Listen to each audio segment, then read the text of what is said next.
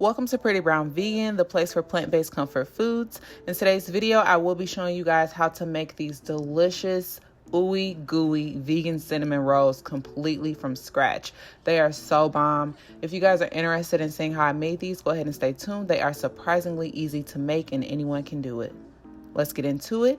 So we're going to go ahead and get started by preparing our dry active yeast. We're going to take some warm water. It is between 95 and 100 degrees. That's essential for activating the yeast. But honestly, pretty warm water to the touch is good, as long as it's not too hot, because that will kill off your yeast.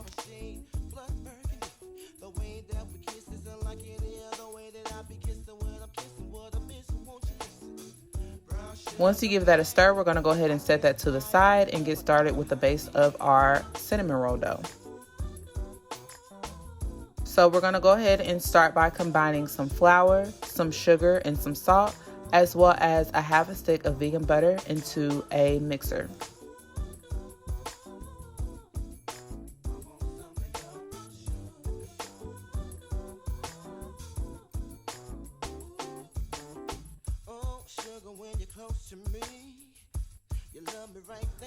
With the paddle attachment, we are going to go ahead and whip that together until it is well combined.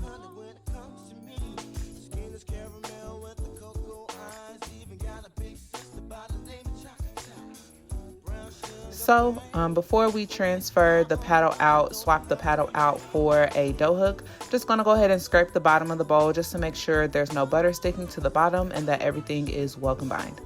Once you give that a second mix, we're going to go ahead and take that paddle attachment off here after you go ahead and dust off the excess from the paddle, and we're going to swap that out for a dough hook. Most standard mixers do come with a paddle attachment, a whisk attachment, and a dough hook. So if you have a mixer, you're all good to go ahead and do this recipe at home. If you don't have a mixer, you could also work this recipe together by hand, but it would just take a little bit more elbow grease, but it definitely is doable. So on medium to low speed, while you get the dough hook going, we are going to slowly pour in our yeast mixture into the flour mixture. So just go ahead and slowly pour that in there while the dough hook is going on medium to low speed.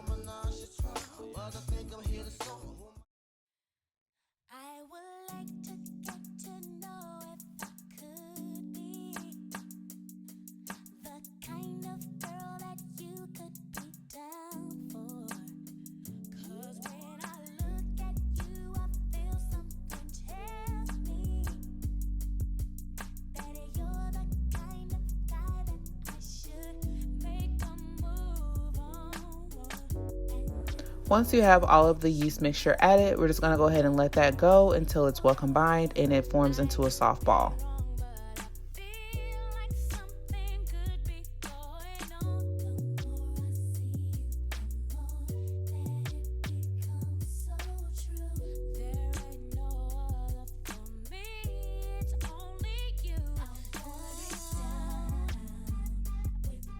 Once that combines and forms into that soft ball, we are going to go ahead and continue letting it go on medium to low speed and add in a vegan egg mixture as well. I am using the Energy egg, vegan egg, as my egg substitute today.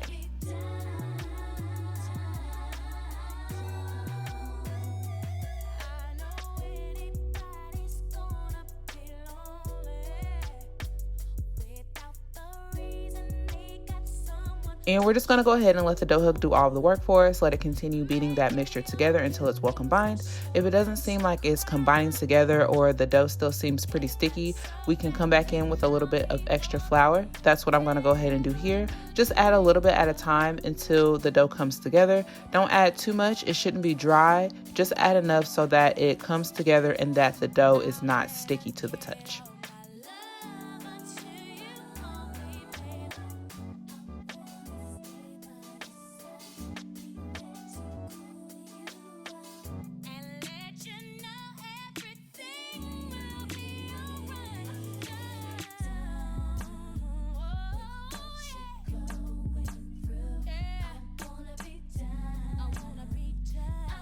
so. You are going to go ahead and continue to beat the dough until it has a nice texture. You see me pull it out here, and then I'll go ahead and just pull it apart, see how the dough is giving. You know, if it's giving still super elastic, if it's not pulling apart, I just put it back in there and let it go for a little bit longer. Just want to make sure that it fully develops.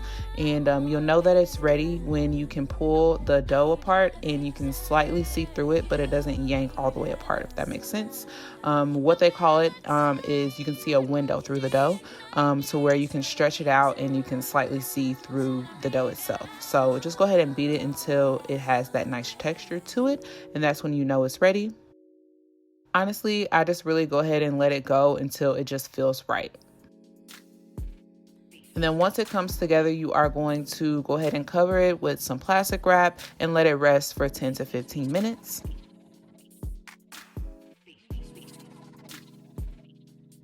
While the dough is resting for that 10 to 15 minutes, I do go ahead and prepare the filling for our cinnamon rolls. I combine a stick and a half of butter, some sugar, some brown sugar, as well as some cinnamon, and just go ahead and mash it all together until it is well combined.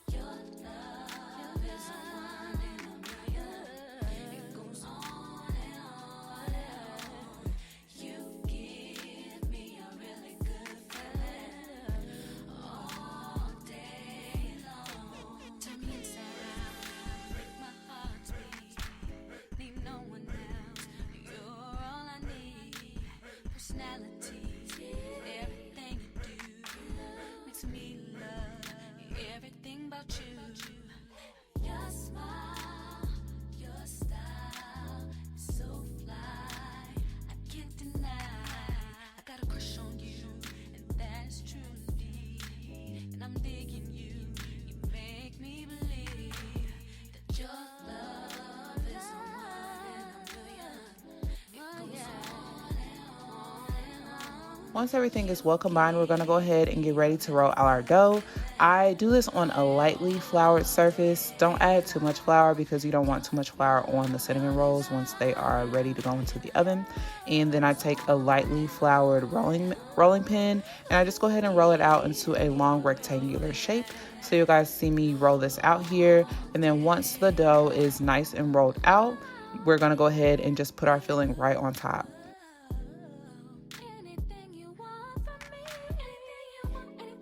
And it doesn't have to be perfect. It's just a loose rectangular shape so that you can go ahead and spread that filling evenly on there. And once you roll it up, you can cut the ends off if they aren't, exactly perfectly even. It's completely fine.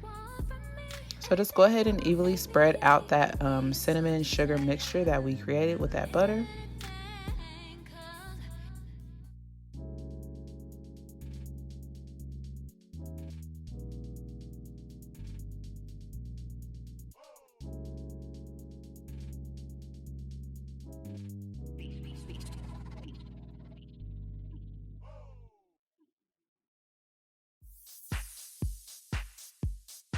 And try and make it as even as possible.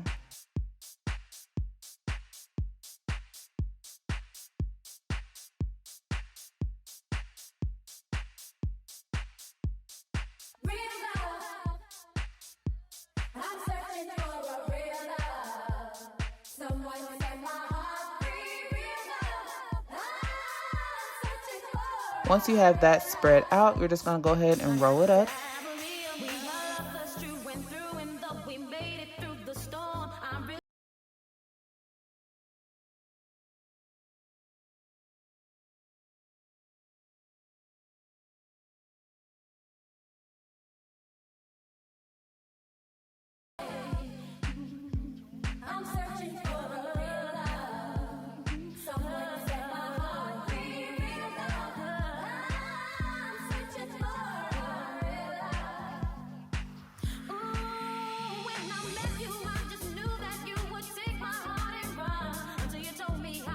Once you have it rolled up, flip it over so that the seal side is up and just slightly pat it into itself so that it's nice and sealed.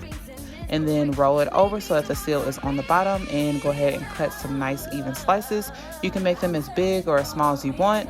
I just wouldn't recommend cutting them too small, but I made these pretty large because I wanted them to expand and just be so good. These are way better than store-bought cinnamon rolls. Honestly, once I learned how to make these on my own, buying them from the store in a can is just not even an option. So just go ahead and cut them as big or as small as you want, and then we're going to go ahead and arrange them in a parchment paper lined dish.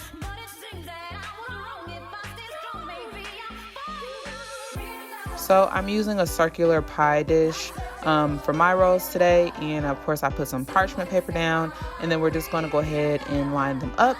And then a lot of people use the bottom drawer in their oven to store extra dishes and things like that, but it's actually a warming drawer. So I went ahead and preheated my oven to 375, and then I popped these right into that warming drawer until they double in size. So, you know, not a lot of people don't have a proofing machine in their house, so you can use that warming drawer to go ahead and put them until they double in size, and then you just go ahead and bake them until they are brown. I did leave mine in maybe like 5 minutes too long, but they still were so bomb and definitely ooey and gooey on the inside. Had a nice little crisp edge on the top and so soft and decadent in the middle.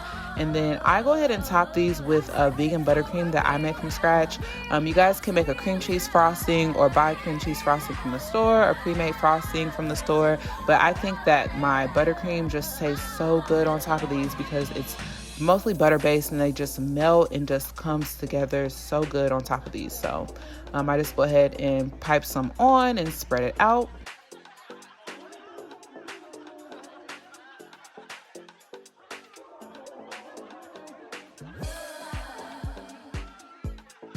Honestly, I just think that buttercream just hits so good on these, and then look at that. It just starts melting down and it's just so good, so bomb. And that's it, guys. Honestly, the mixer does all of the work for you. This is the easiest recipe, and again, it's so much better than store-bought. And look at this, you just pull it apart and they're so soft and just, they're so good. And that butter, cinnamon, sugar mixture that we put on the inside is just so, so good.